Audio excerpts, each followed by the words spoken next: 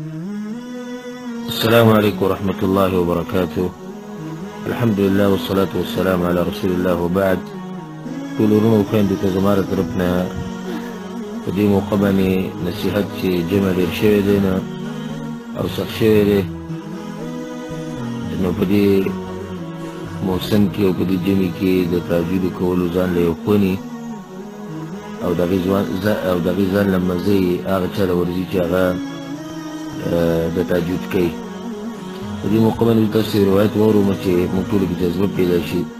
روايات کې راځي عبد الله بن مسعود رضي الله عنه روايته او بصحيح الترغيب في شيخ الباني رحمه الله راوله وسند سيده فقال إن الله ليضحك إلى رجل قام في ليلة باردة من فراشه ولحافه ودثاره.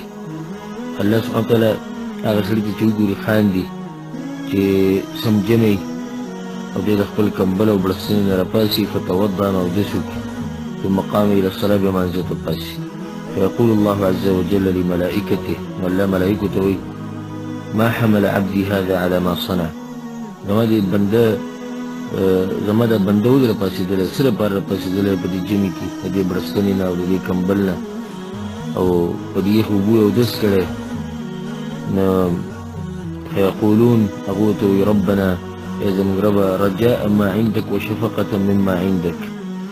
ويدي هغه څه غواړي چې تا سره دي او د هغه څه نه یریږي چې کوم تا سره دي.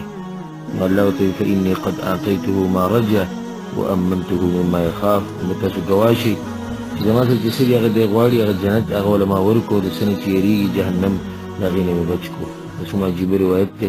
موږ ټول له کوشش پکار دی چې په دې جمعې کې تهجد کوو او الله سبحانه وتعالی موږ له په دې باندې د عمل کولو توفیق راکړي. والله